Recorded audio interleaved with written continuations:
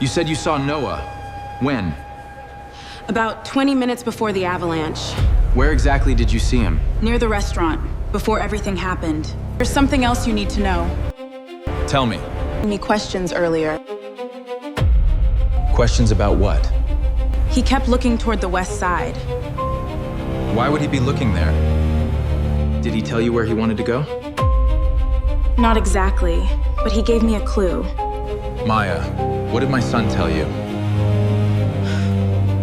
He asked me about a way behind the resort. Where's my son?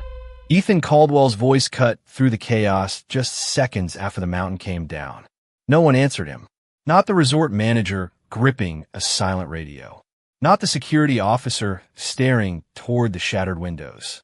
Not the guests huddled beneath emergency lights inside Silver Ridge Resort. Outside, the world had disappeared beneath white.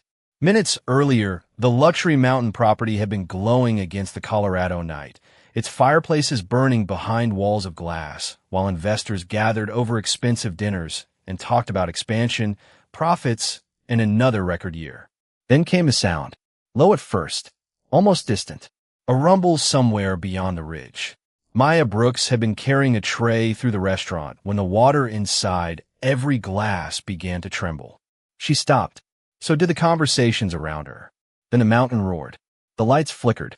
Someone dropped a plate. A wall of snow rushed down the slope beyond the windows, swallowing trees, pathways, and everything beneath it. The emergency system sounded almost immediately. Staff moved guests away from the glass. Security rushed toward the lobby. Ethan Caldwell, the 42-year-old billionaire who owned Silver Ridge, was pulled from a conference room where he had been meeting with investors. His tailor navy suit was dusted with white plaster. His dark brown hair, normally perfect, had fallen across his forehead. For perhaps the first time that evening, nobody cared that he was the most powerful man in the building. "Noah," he shouted. He pushed past two employees. "Where is Noah?" A staff member checked the emergency list, then checked it again. Noah Caldwell, 9 years old. No confirmation. Ethan's confident expression vanished. "Find him." The command came automatically, the voice of a CEO accustomed to immediate results. "Search every room. Call ski patrol. Get the helicopter ready." "Mr. Caldwell," the security chief said carefully, "nothing is flying in this weather." Ethan stared at him. Money had solved delays before. Money had opened airports, moved meetings, hired experts, changed schedules. But outside those windows, snow kept falling. Without knowing his name, 20 feet away, Maya stood perfectly still. 25 years old. Red apron. White collared shirt. Black name tag. A waitress most of the investors had barely noticed all evening. But Maya had noticed Noah. She had noticed him because children sitting alone tended to look different from adults choosing solitude. 20 minutes before the avalanche, Noah had been sitting near the far window with a mug of hot chocolate cooling between his hands. He had asked Maya a question. At the time, it had seemed harmless. Now the memory made her stomach tighten. Ethan grabbed another radio. "Noah, this is Dad. Answer me." Static. "Noah." Nothing. Around him, people moved faster. Doors opened. Names were called. Emergency blankets appeared. Yet Maya barely heard any of it. She was remembering the boy's face. His winter jacket. The direction he had looked when he asked about the trail behind the lodge. She set her tray down. "Mr. Caldwell." Ethan didn't hear her. "Mr. Caldwell." This time he turned. His blue eyes landed on the waitress, as if seeing her for the first time. Maya swallowed. She knew what she was about to say could change the search. She also knew every minute mattered. "I saw Noah before the avalanche." The lobby seemed to narrow around those words. Ethan stepped toward her. "When?" "About 20 minutes before it happened." "Where?" Maya looked toward the snow-covered windows. Beyond them lay the buried terrace, the service road, and somewhere past the lodge, a trail almost nobody used after dark. Her voice dropped. "He asked me how to get behind the resort." Ethan's face went pale. Outside, another deep rumble rolled across the mountain. And suddenly the billionaire, who owned everything around them, was waiting for a waitress to tell him where his son might be. Before we continue, If you enjoy unforgettable stories about ordinary people facing extraordinary moments, subscribe to Hidden Tables. Every story reminds us that true character is revealed through courage, compassion, and the choices we make when no one is watching. Now, let's see what happens next. 20 minutes earlier, Noah Caldwell had been sitting alone at a corner table while the most important people in his father's world filled the restaurant around him. Silver Ridge was warm then. Firelight moved across stone walls. Snow drifted peacefully beyond the enormous windows, and soft piano music floated beneath conversations about investments, property values, and expansion plans. Maya Brooks noticed Noah because he was the only person in the room who seemed completely untouched by the excitement. He wore a dark green winter jacket, even though the restaurant was warm, and both hands rested around a mug of hot chocolate he had barely touched. Maya approached with the easy smile she gave every guest, but she did not speak to him like a customer. "Everything okay?" Noah looked toward the private dining room, where Ethan was meeting with investors. "My dad said dinner would only take 20 minutes. Maya glanced at the clock. Nearly an hour had passed. She understood the disappointment in his voice, but she did not criticize Ethan. Important meetings have a strange relationship with clocks. Noah smiled faintly. His meetings always do. Maya placed 2 extra marshmallows into his chocolate. "Those are on the house. My dad owns the hotel." "Then technically they are on him." Noah laughed, and for the first time that evening, he looked like a 9-year-old instead of a child, trying very hard not to be disappointed. A few minutes later, Maya returned while clearing nearby tables. Noah was staring through the window toward a line of pine trees behind the lodge. "Is there a trail back there?" he asked. Maya followed his gaze. "There's a service trail, but guests are not supposed to use it." "Where does it go?" "Around the west side of the property." Noah leaned closer to glass. "Can you see the overlook from there?" Maya's expression changed. "You should not go outside alone, Noah. Especially tonight." He nodded quickly. "I was just asking." Something in the answer bothered her. Maybe it was how quickly he looked away. Maybe it was the jacket he refused to remove. Maya had worked enough double shifts to recognize when someone wanted company and when someone was planning to leave without announcing it. "Promise me you will." "Stay inside." Noah hesitated. Then he looked toward the private dining room again. Through the frosted glass doors, Ethan stood at the head of a table, speaking while several executives listened. "He promised me too," Noah said quietly. The words carried no anger. That made them heavier. Maya pulled out the chair across from him for just a moment. "Your father being busy does not mean you matter less." Noah traced one finger around the rim of his mug. "Sometimes it feels like everything is more important." Before Maya could answer, Grant Mercer, Silver Ridge's operations director, appeared near the service station. "Maya, table 12. His tone was sharp enough to remind her that conversations were not part of the job description. Maya stood. "Stay here, okay?" Noah gave her a small nod. She returned to work. 5 minutes later, when she passed the table again, the mug was still there. The chair was empty. Maya looked toward the restrooms. Nothing. Then toward the lobby. "No, Noah." She walked quickly to the nearest service door and found it closed, but a thin line of fresh snow was melting across the floor just inside the entrance. Her pulse quickened. She reached for the handle, then stopped when she noticed something beyond the glass. Noah was outside, perhaps 60 feet away, moving toward the pine trees. Maya pushed through the door. "Noah!" The wind swallowed her voice. The boy turned. Maya motioned firmly for him to come back. For a second, he stood there beneath the falling snow. Then he started toward her. That was when a low vibration passed beneath Maya's shoes. Not loud. Not yet. She looked toward the ridge. A small curtain of powder slipped from a distant ledge. Maya had seen something similar earlier that afternoon. She had reported it. Grant had dismissed it. Now the mountain made the sound again. Deeper this time. Maya stared toward the white ridge as Noah hurried back toward the lodge. And somewhere beneath the peaceful music and expensive conversations, a warning had already begun. "Maya, your job is inside." Grant Mercer had said those words 3 hours before the mountain changed everything. At the time, they sounded ordinary almost. Forgettable, the kind of sentence a powerful manager used when he wanted conversation to end. Maya had been standing near the employee entrance after carrying supplies from the storage building when she noticed a strange line across the upper ridge. Fresh snow had collected heavily after 2 days of winter storms, and the wind had pushed another thick layer against the western slope. Maya was not a mountain expert, and she never pretended to be one, but she had worked at Silver Ridge for nearly 2 winters. She knew which sounds belonged there. She knew the soft settling of snow from the roof, the distant engines of grooming machines, and the sharp crack of ice breaking from tree branches. That afternoon, she heard something different. A low, hollow sound rolled across the ridge. Then a narrow sheet of powder slipped down the slope above the service trail. Maya went directly to Grant. "Something looks wrong above the west side," she told him. Grant barely looked away from his tablet. Investor weekend had placed nearly every department under pressure. The restaurant was full. Several wealthy guests had arrived early.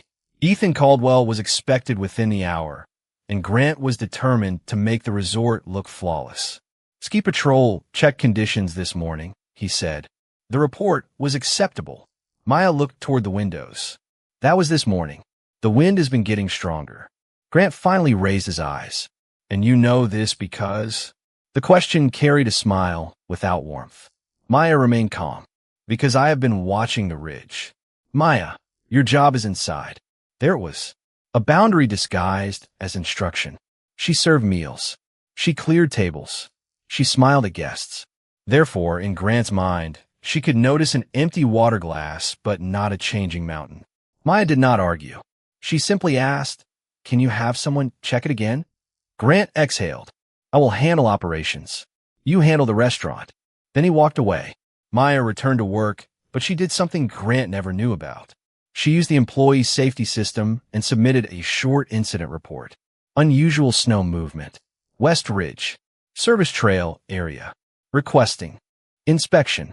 She pressed submit, put her phone away, and carried another tray into the dining room. No aplos. No confrontación. Just a warning entered into a system designed to protect people. Hours later, after Maya saw Noah outside, that warning came back to her. The vibration beneath her shoes grew stronger. "Noah, come on," she called. He hurried toward the service entrance. Maya held the door open as the wind pushed snow across the terrace. He reached her, breathing hard but smiling nervously. Maya guided him inside. "We can talk about sorry later. Stay away from that trail." Noah nodded. Then Grant appeared. "What is going on?" "He stepped outside," Maya said, and the ridge moved again. Grant looked through the glass. "It is snowing. Snow moves. You need to close the west side." His expression hardened. "Already told you that patrol cleared operations." Maya looked directly at him, then asked him again. For 1 second, neither moved. Around them, servers carried plates beneath warm lights while investors laughed over dinner, unaware that the mountain outside had already given 2 warnings. Grant lowered his voice. "Do not create panic during the biggest weekend of our season." Maya stared at him. That sentence told her what mattered most to him. Not certainty, not caution. The weekend. The investors. The image. "Safety is not panic," she said. Grant pointed toward the dining room. "Back to your station." Maya turned to Noah. "Go find your father. He is still in the meeting. Then wait in the lobby. Do not go outside again." Noah nodded and walked toward the main corridor. Maya watched until he disappeared around the corner. She wanted to follow him, but Table 12 was calling, another server needed help, and the restaurant kept moving because expensive places were designed to make problems invisible. Less than 15 minutes later, Maya felt the floor tremble again. This time the glasses shook. Conversation stopped. Somewhere beyond the windows came a sound too enormous to ignore. And Maya understood, before anyone said the word, that the mountain had stopped warning them. "I do not care what it costs. Get someone up there." Ethan Caldwell stood in the emergency command area with a radio in one hand and his phone in the other, trying to manage the mountain the same way he managed a corporation. Around him, Silver Ridge had transformed from a luxury resort into a shelter. Guests wrapped themselves in blankets beneath dim emergency lights. Employees moved bottled water and medical supplies through the lobby. Beyond the windows, Blowing snow erased the landscape almost as quickly as anyone could search it. The helicopter cannot take off, the security chief told him again. Visibility is too low. Ethan turned sharply. Then call another company. Every aircraft in the area is grounded. Double their rate. The man paused. This is not about the rate, sir. Those words landed differently. Ethan had spent 20 years building a life where obstacles usually came with prices attached. A delayed shipment could be expedited. A legal problem could be handed to specialists. A broken system could be replaced. Money created options, and Ethan Caldwell had more options than almost anyone he knew. But the storm outside did not negotiate. He called a private aviation contact in Denver. Grounded. He contacted another rescue service nearly 80 miles away. Roads blocked. He demanded additional snow vehicles. The Western Access route was buried. Each answer was different, but every answer meant the same thing. Wait. Ethan looked at the clock. Waiting was the one thing he could not accept. My son is 9 years old. His voice had changed. The authority was still there, but something underneath it had cracked. He's somewhere outside. Maya stood several feet away, listening as the search team studied a large property map spread across a table. She had already told them about Noah asking about the service trail, but the information had been added to a growing list of possibilities. Guest rooms were still being checked. Storage buildings were being searched. Security footage had become unreliable after the power interruption. Nobody yet knew exactly where Noah had been when the snow came down. Grant Mercer moved beside Ethan. We should focus on the main guest areas first. No one knows the property. You probably found shelter. Maya looked at him. Probably. It was a comfortable word when someone else's child was missing. Ethan pressed both hands against the table. When did anyone last see him? Silence answered first. Then Maya stepped forward. I did. Ethan looked up. You said he asked about the trail. He did more than ask. Grant turned toward her. Maya continued. He went outside. I saw him about 60 feet from the service entrance. I called him back. Ethan's face tightened. And he came back? Yes. I watched him come inside. Relief appeared for half a second, then disappeared. Then why is he missing? Maya remembered Noah walking toward the corridor. His green jacket. His quiet disappointment. His words about his father always having something more important. I told him to find you. Ethan stopped moving. Somewhere behind them, a radio crackled with another unsuccessful room check. He came looking for me. Maya did not soften the truth. I believe so. Ethan glanced toward the private dining room, where he had spent the evening discussing a new expansion worth hundreds of millions of dollars. He remembered his assistant mentioning that Noah had called twice. He remembered saying he would return the call after the presentation, after the numbers, after the investors, after everything that had seemed urgent until now. Ethan lowered his eyes. I told him we would have dinner together. It was not a statement meant for Maya. It sounded like a confession made to himself. Grant interrupted. Ethan, blaming yourself does not help the search. Ethan looked at him, but Maya was watching the map. Something was wrong. If Noah had returned inside, why would he leave again? Then she noticed the Western Service corridor marked behind the conference wing. It connected directly to the same trail Noah had asked about. Maya stepped closer. Where was your meeting? Ethan pointed. Conference room 3. Maya traced the corridor with her finger. Restaurant. Service entrance. Conference wing. West exit. Trail. The pieces formed a line. If Noah went looking for you and could not get into that room, she said slowly, he might have tried to reach the overlook another way. Grant shook his head. That is speculation. Maya looked toward the white darkness outside. So, is everything else? Ethan stared at the map, then at Maya. For the first time that night, the billionaire was not deciding what everyone else should do. He was waiting for a waitress to tell him where they should search. You are searching the wrong side of the mountain. Maya's words stopped the conversation around the map. Grant Mercer stared at her as though she had forgotten her place again, but Ethan Caldwell did not look away. Explain, he said. Maya pointed to the Western Service corridor. Noah asked about the overlook. He knew the main guest trail was closed after dark, but he also knew there was another way behind the lodge. If he came looking for you and could not reach the conference room, He may have gone through this corridor. The security chief studied the map. Our first team is searching north of the main terrace. The west service trail is outside their current grid. Grant shook his head. Because the west slope is unstable. We cannot redirect trained rescuers based on a guess. Maya met his eyes. You call my warning a guess 3 hours ago. Silence followed. Ethan looked from Maya to Grant. What warning? Grant answered too quickly. Nothing relevant to locating Noah. I submitted a safety report, Maya said. Unusual snow movement above the west service trail. Ethan's expression hardened. When? This afternoon. He turned to Grant. Was it inspected? Grant hesitated. That hesitation was enough. Ethan stepped closer. Was it inspected? Ski Patrol had already completed the morning assessment. We had no reason to shut down an entire section because one employee noticed loose powder. Maya remained calm. I did not ask you to shut down the resort. I asked you to check the ridge again. The security chief raised a hand. We can deal with that later. Right now we find the boy. Ethan nodded once. Send a team west. The chief reached for his radio, but a rescue coordinator answered immediately. Conditions near the west trail were worsening.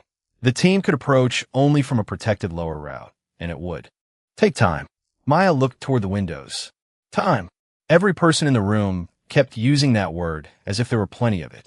She closed her eyes and replayed her last conversation with Noah.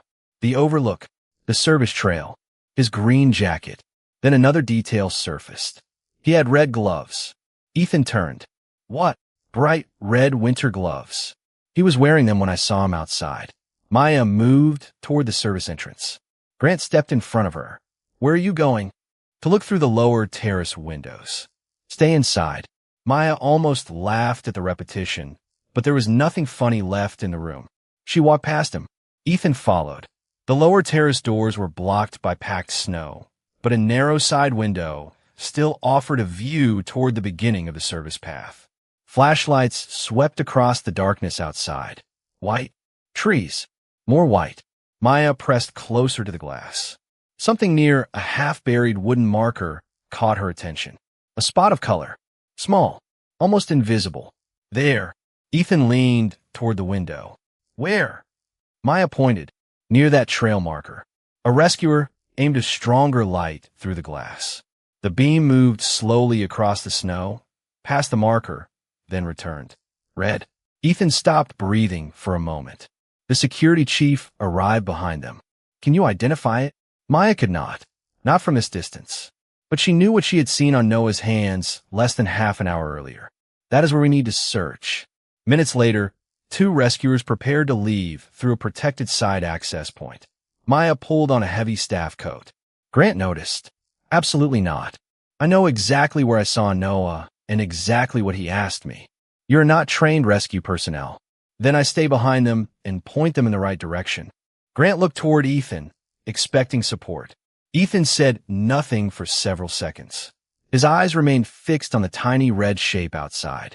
Finally, he turned to Maya. You are sure? Maya did not pretend certainty she did not have. I'm sure that ignoring what we know will cost us time. Ethan looked at the rescue chief. Keep her with the team and keep her safe. The outer door opened. Cold air rushed into the corridor. Maya stepped toward it, then stopped when Ethan spoke behind her. Maya. She turned. The billionaire's voice had lost every trace of command.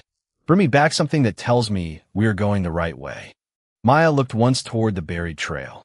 I will find what Noah left behind. Then she stepped into the storm. Stop.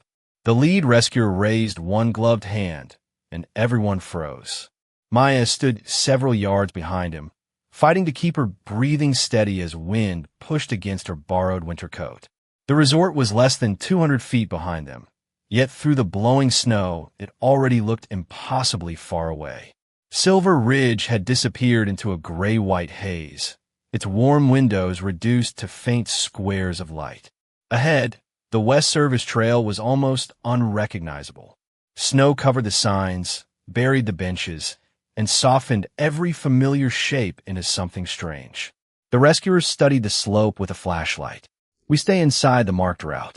Nobody moves ahead of me. Maya nodded. She had not come outside to prove anything.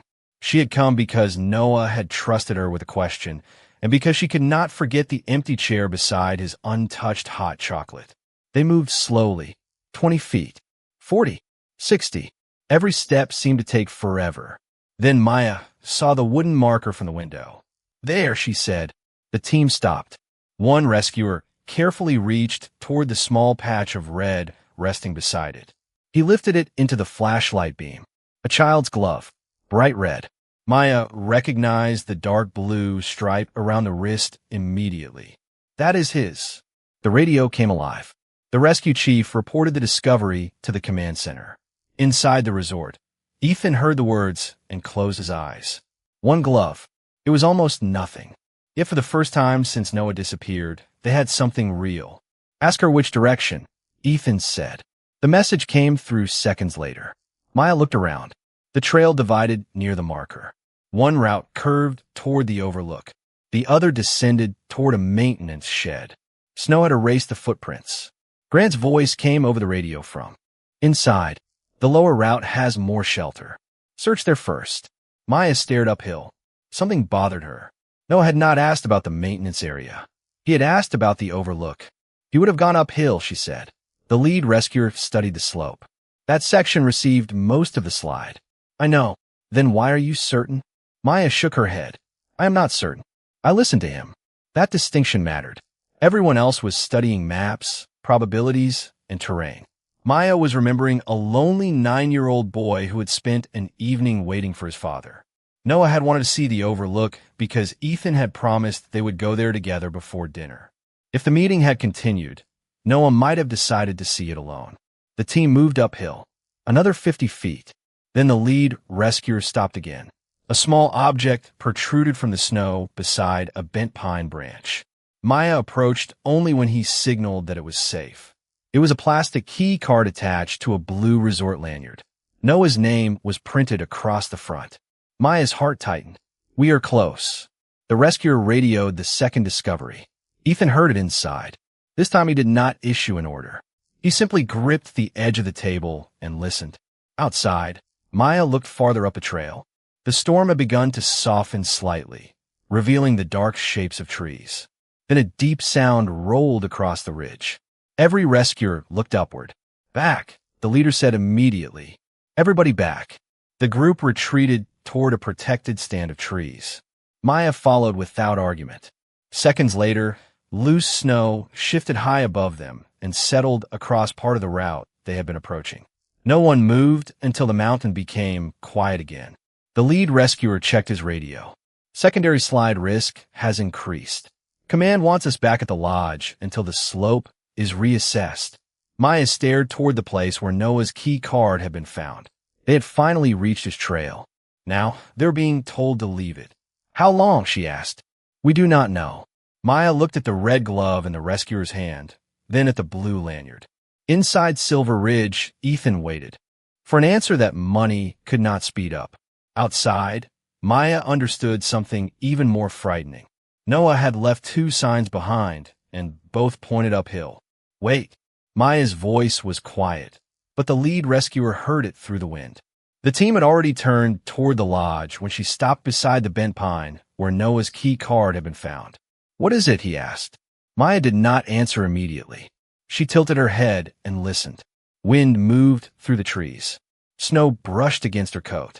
Somewhere behind them, a radio crackled. Then nothing. I thought I heard something. The rescuers scanned the slope. From where? Maya pointed uphill. He listened for several seconds. Nothing came. We need to move. Command has ordered us back. Maya nodded, but before she could turn, the sound came again. Faint. So faint it could have been a branch tapping beneath the snow. Knock. Maya froze.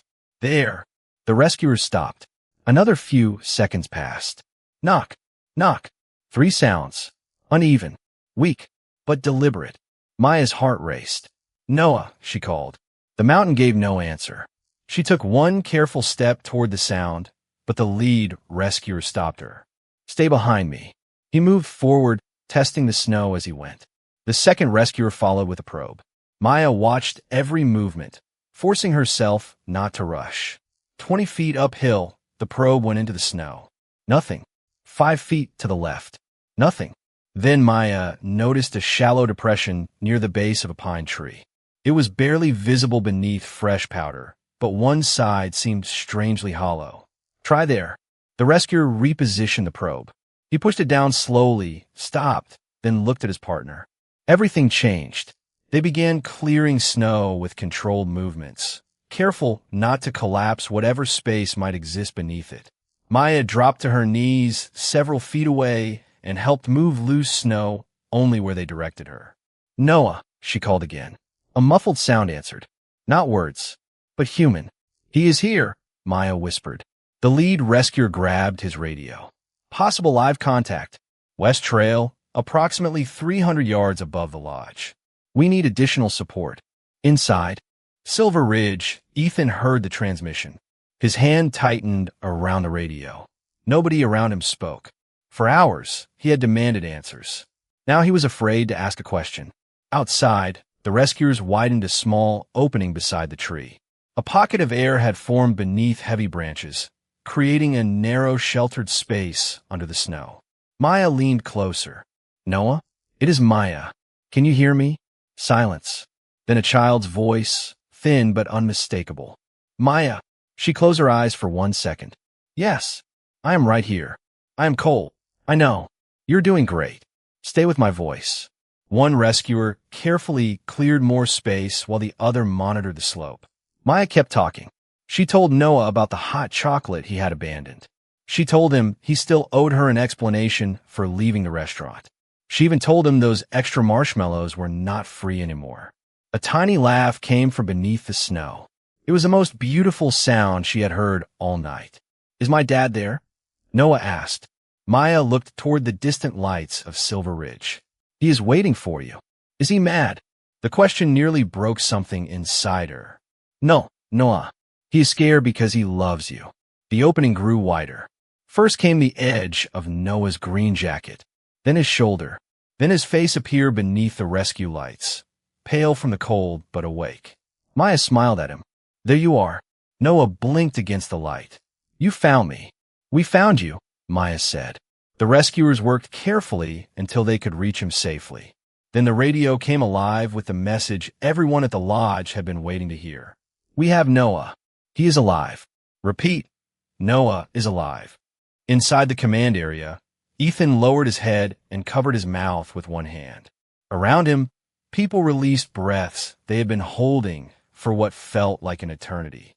But outside, the lead rescuer looked toward the ridge, then toward the route back to Silver Ridge. His expression remained serious. The mountain was still unstable. Finding Noah had changed everything. It had not ended the danger. "Do not let me fall asleep." Noah's voice was barely louder than the wind, but Maya heard every word. The rescuers had freed most of him from the sheltered pocket beneath the pine branches, yet moving him immediately was not an option. The route below had become uncertain, and the lead rescuer wanted additional support before attempting to return. They wrapped Noah in insulated blankets and positioned him away from the open wind while Maya stayed close enough for him to see her face. "Then you have one job," she told him. "Keep talking to me." Noah managed a small nod. "About what?" "Anything. Tell me the worst thing on the restaurant menu." His mouth almost formed a smile.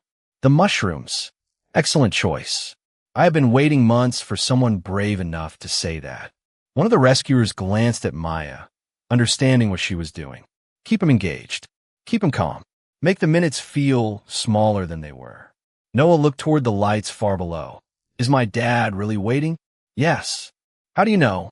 Maya thought about Ethan standing over the map, calling aircraft that could not fly and rescue teams that could not reach the mountain fast enough. She remembered the moment his voice stopped sounding like a billionaire's and started sounding like a father's. "Because I saw him when he realized you were missing." Noah stared at her. Was he scared? Very. The boy was quiet. Maya leaned closer. "Stay with me, Noah." "I am awake." "Good." He looked down at the blanket. "He was supposed to take me to the overlook." Maya remembered. "Tonight, before dinner. He said we could watch the sunset." Noah swallowed. Then his meaning changed. There was no accusation in his voice, just familiarity. "Does that happen a lot?" Maya asked gently. Noah nodded.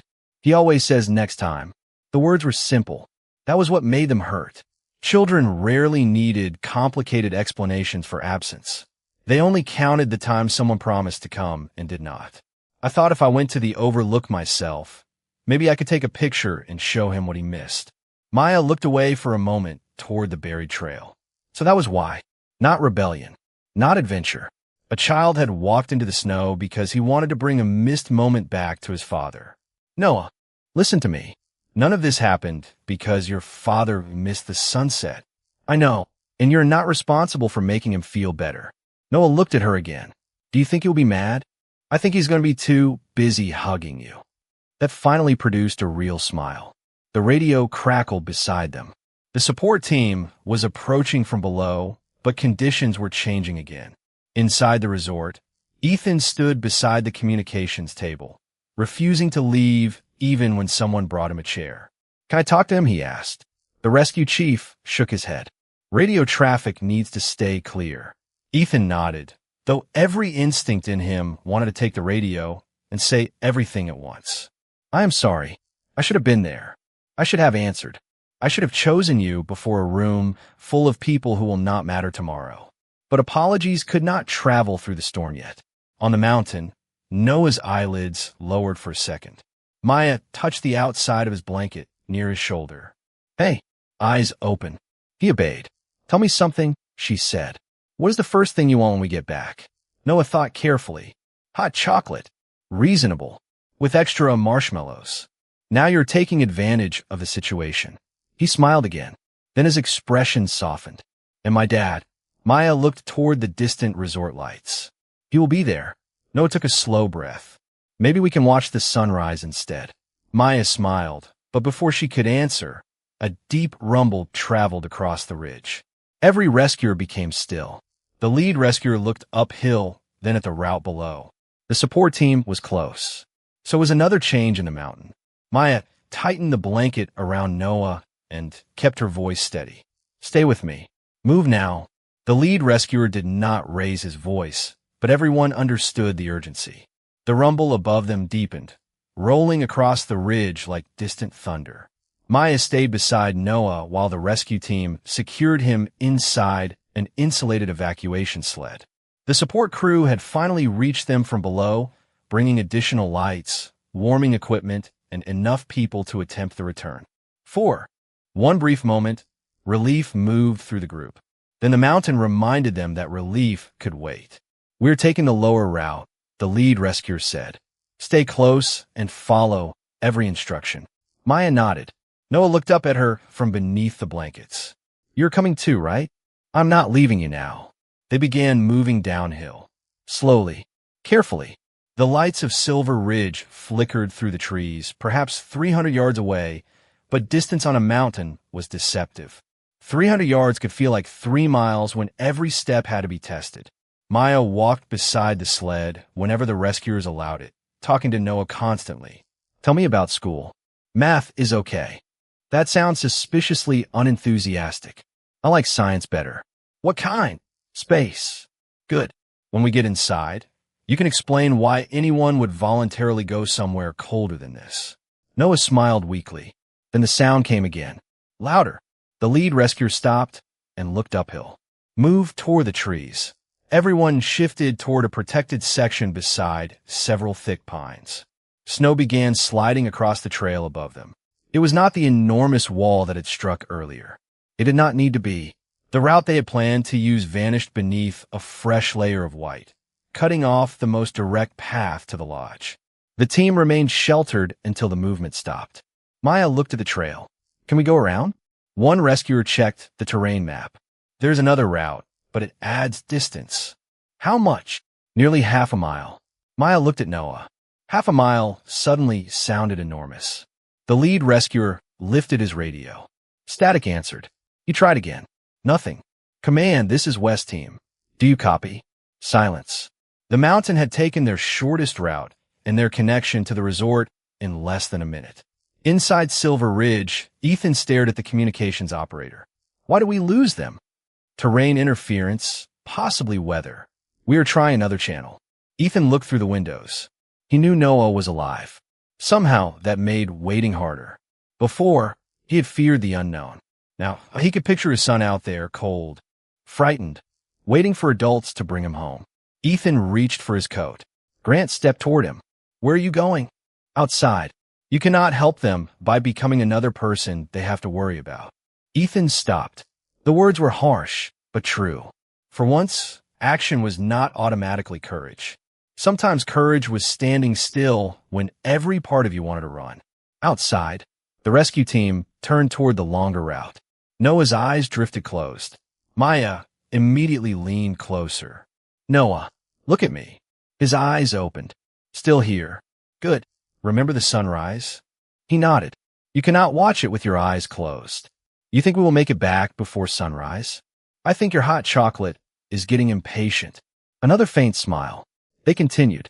The wind eased for several seconds, and Maya could suddenly see more of the slope below. Through the trees, Silver Ridge glowed against the darkness. So close, so unreachable. Noah whispered Maya, "Yes. If my dad asks, tell him I was not trying to make trouble." Maya stopped beside the sled. "You're going to tell him yourself. But if he asks you first," she looked directly into his eyes, "then I will tell him you were waiting for him." Noah became quiet.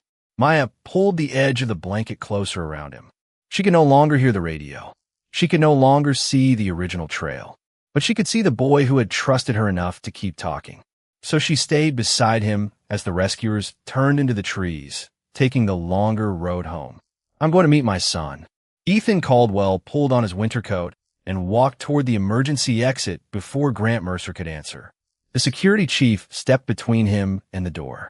"Mr. Caldwell, the West team changed routes. We do not have reliable radio contact. You cannot walk onto that slope." Ethan looked through the narrow window beside the door. Somewhere beyond the darkness, Noah was being carried through the trees. "Then tell me where I can go."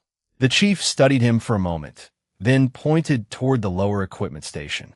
"There's a protected boundary about 150 yards from the lodge. If the team reaches the alternate route, they should pass near it. You stay behind the safety line." Ethan nodded. No argument. No demand. 10 minutes earlier, he would have treated the instruction like something negotiable. Now he understood that being Noah's father did not make him more knowledgeable than the people trying to save him. He followed 2 staff members outside. Cold air struck his face. Snow reached nearly to his knees in places, and every step reminded him how different the mountain looked when there were no heated windows between him and it. Behind him, Grant called his name. Ethan kept walking. At the equipment station, a rescue coordinator pointed to an orange rope stretched between 2 trees. "You do not cross that line." Ethan stood behind it and stared into the forest. Nothing. No voices. No lights. Only wind. Minutes passed. Then more. He thought about Noah at breakfast that morning, asking whether they were still going to the Overlook. Ethan had been reading an email. "Absolutely," he had said without looking up. Noah had smiled. Ethan remembered that now, because he could not remember looking at his son when he made the promise. He remembered conference calls, investor numbers, expansion projections. He remembered everything except the expression on Noah's face. A light appeared between the trees. Ethan straightened. Then another. "Team coming in," someone called. Ethan stepped forward until the orange rope pressed against his coat. The first rescuer emerged from the darkness. Then another. Behind them came the evacuation sled. Ethan saw the green jacket beneath the blankets. "Noah." His son turned toward the voice. "Dad." Ethan moved instinctively toward the rope. The coordinator caught his arm. "Wait. 1 second. 2. Then the team crossed into the protected zone. "Now." Ethan was moving before the word finished. He dropped beside the sled. "I am here." Noah looked at him with tired eyes. "You came." 3 words. "Noah kiesaschen." "Noange." Somehow they hurt more than either would have. Ethan placed one hand gently against the blanket near Noah's shoulder. "I should have come sooner." Noah looked past him. Maya came. Ethan turned. Maya stood several feet away, snow covering the shoulders of her staff coat. She looked exhausted, but her eyes remained fixed on Noah. Ethan rose slowly. For years, people had approached him wanting something. Contracts, jobs, money, access. Maya had walked onto an unstable mountain asking for none of those things. Thank you, he said. The words sounded too small. Maya shook her head toward Noah. He stayed awake. He kept talking. He did the hard part. Noah managed a faint smile. She said the mushrooms are terrible. Ethan laughed once, unexpectedly, and the sound carried more relief than humor. Then we are removing them from the menu. Maya smiled. That might be an overreaction. The medical team began moving Noah toward the lodge. Ethan walked beside him. This time his phone remained in his pocket. At the entrance, Noah reached from beneath the blanket. Ethan took his hand immediately. Dad, yes. We missed the sunset. Ethan looked at his son. Really looked at him. I know. Noah's eyes lowered. Maybe tomorrow. Ethan tightened his hand gently around Noah's. Tomorrow belongs to you. Behind them, Maya stopped beneath the lights outside the lodge. Grant stood inside the doorway, watching the father and son disappear toward the medical room. Then his eyes moved to Maya. For the first time all evening, there was something new in his expression. Not annoyance, not authority, concern. Because Noah was safe, but the night was not finished.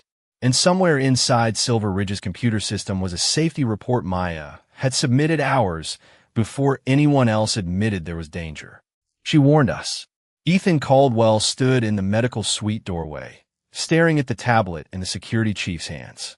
Noah was resting safely behind him, wrapped in warm blankets with a cup of hot chocolate waiting nearby. The medical team had reassured Ethan that his son was stable and needed warmth, rest, and observation. For the first time all night, Ethan should have felt only relief. Instead, 4 words on a digital report had changed the room again. Unusual snow movement observed. West Ridge, Service Trail area. Requesting inspection. Submitted by Maya Brooks. 3 hours before the avalanche. Ethan read it twice. Who received this? The security chief hesitated. Operations. Ethan looked across the room. Grant Mercer stood near the window, his jacket still buttoned perfectly despite everything that had happened. Grant folded his arms. We receive dozens of employee reports during peak season. Most are routine. This was not routine. We know that now. Ethan's eyes narrowed. No, she knew something was wrong then. Grant exhaled slowly. Maya is a waitress, Ethan. She saw loose snow. Ski Patrol had already completed the morning assessment. Ethan stared at him. Hours earlier, that explanation might have sounded reasonable. Now, he remembered Maya standing over the property map while trained professionals searched in another direction. He remembered her recognizing Noah's glove. He remembered her walking into the storm when everyone else was calculating probabilities. Did anyone inspect the West Ridge after her report? Grant said nothing. That is a yes or no question. No. The room became very quiet. Ethan looked back at the tablet. The report had a timestamp. It had a location. It had a request for inspection. And beneath, it was an administrative status that suddenly seemed colder than the snow outside. Reviewed. No further action. Ethan lifted his eyes. Who marked it that way? Grant's jaw tightened. I did. Ethan said nothing for several seconds. He did not need to shout. Power was often loud when it wanted attention. Accountability was quieter. Why? Because we had investors arriving.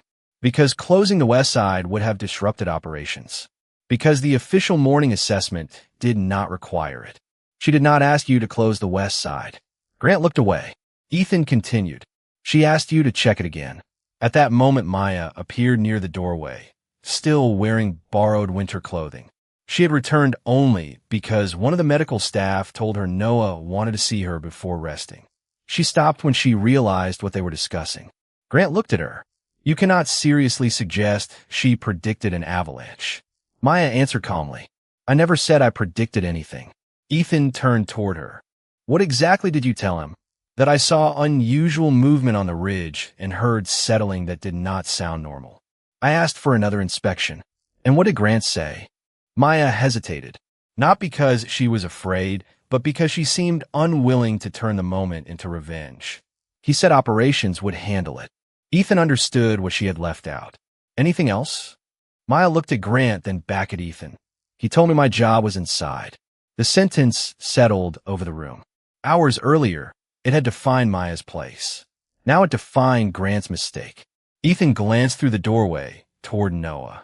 His son was alive because the woman whose judgment had been dismissed refused to stop paying attention. Pull every safety report from the last 72 hours, Ethan told the security chief. Preserve the records exactly as they are. Nobody edits anything. Grant stepped forward. Ethan, think carefully. Investors are still here. Media will arrive by morning. If this becomes a negligent story, Silver Ridge could lose millions. Ethan turned toward him. My son was under that snow. Grant fell silent. Do not talk to me about millions. Maya watched Ethan carefully.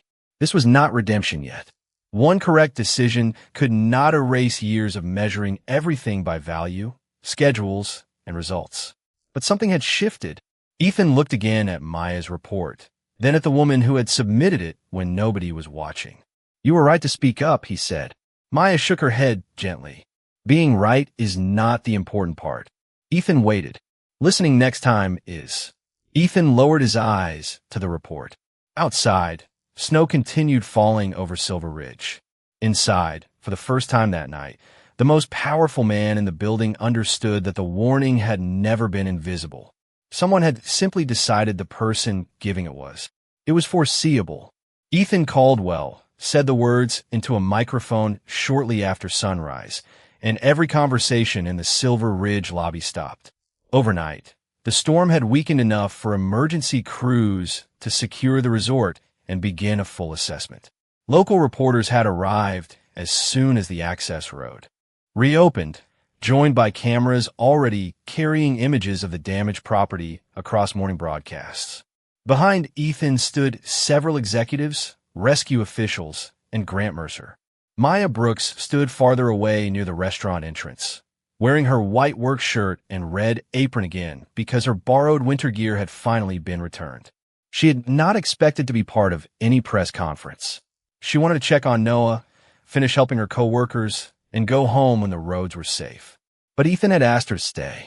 A reporter raised a hand. Mr. Caldwell, resort representatives initially described this as an unpredictable natural event. Is that still your position? Grant shifted behind him. Ethan looked toward the cameras. No, another reporter immediately called out. Are you saying Silver Ridge received a warning? Ethan could have chosen the safer answer. He could have spoken about procedures, ongoing investigations, or incomplete information.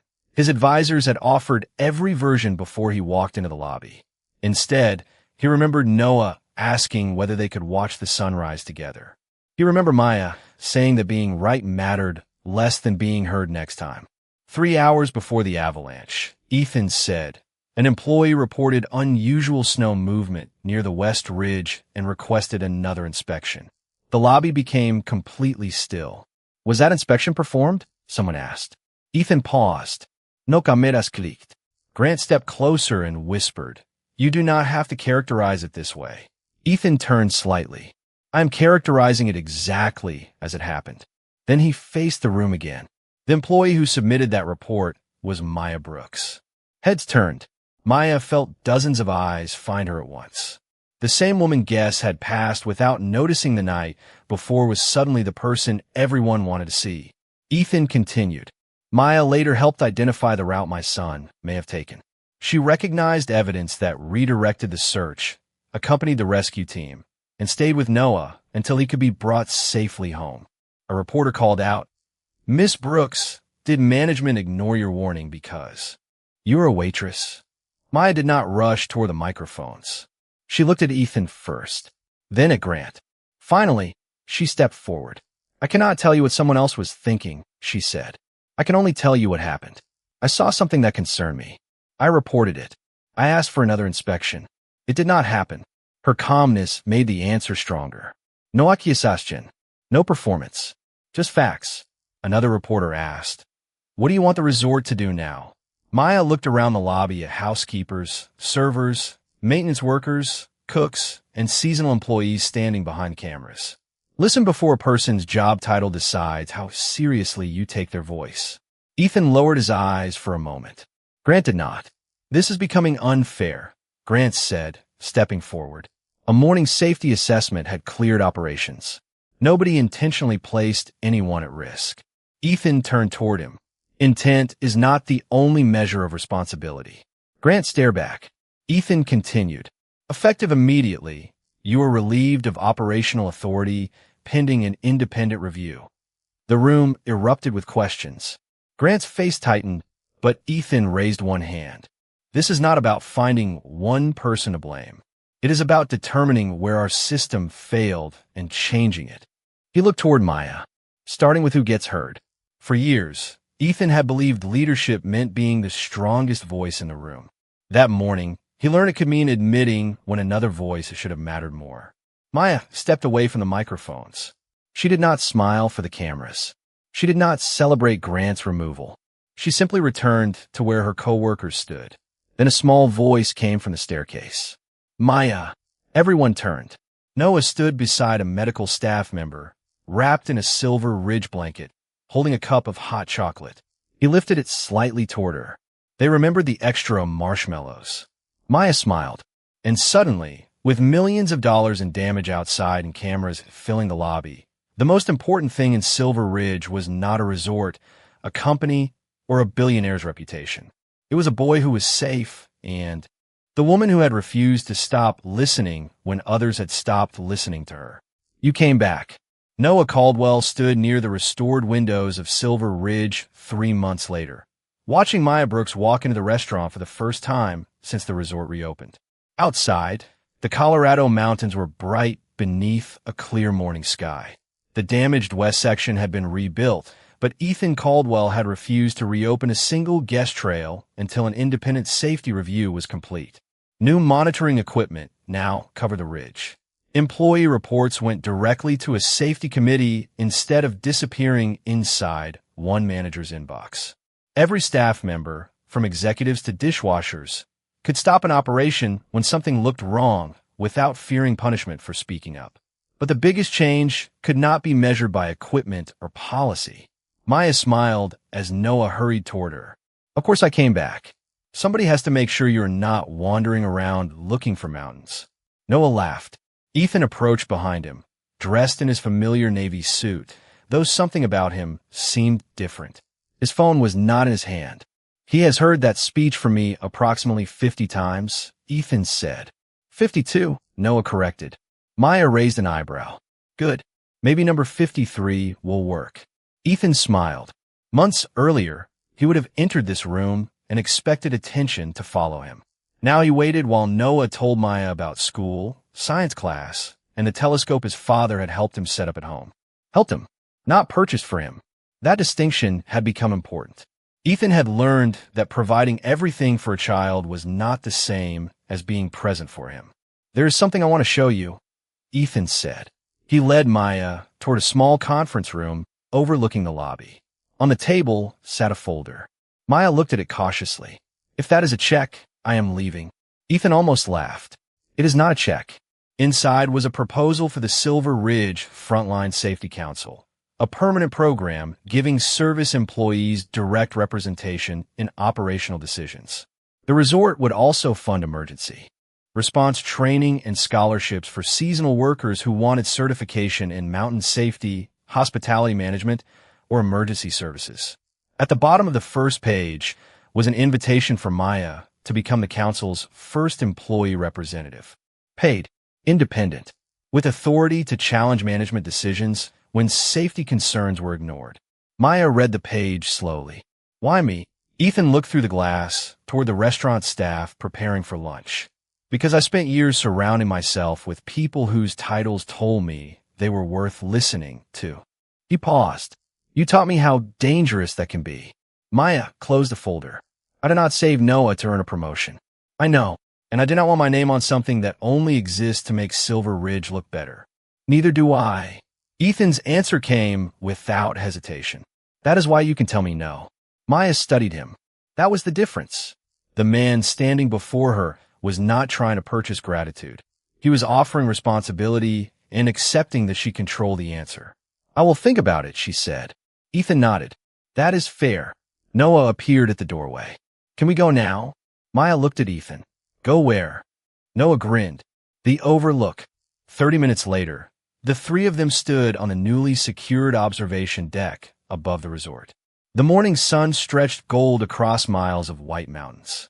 Ethan stood beside his son, not answering calls, not checking messages, not looking at a watch. Noah held up a small camera. Ready. Ethan looked toward him. I have been ready all morning. Noah took the picture. Maya watched them and smiled. The mountain had taken millions of dollars from Silver Ridge. It had damaged buildings, closed roads, and exposed failures no public relations statement could hide. But it also uncovered something money could never purchase. Attention, humility, courage, the willingness to listen before deciding whose voice mattered. Maya had entered that winter night as a waitress most powerful guest barely noticed. She returned as the same woman. She did not need a billionaire's approval to become valuable. She had always been valuable. Ethan was simply different enough now to recognize it. Noah slipped one hand into his father's as they watched the morning light cross the ridge. And Ethan finally understood that power was not owning the mountain, controlling the room, or having enough money to command an answer. Sometimes real power was much quieter. It was keeping a promise, hearing a warning, staying when someone needed you, and respecting the person everyone else had overlooked. If this story stayed with you, subscribe to Hidden Table and join a community that believes true character is revealed not by power or status, but by courage, integrity, and kindness. Thank you for watching, and until next time, we'll save you a seat at the Hidden Tables.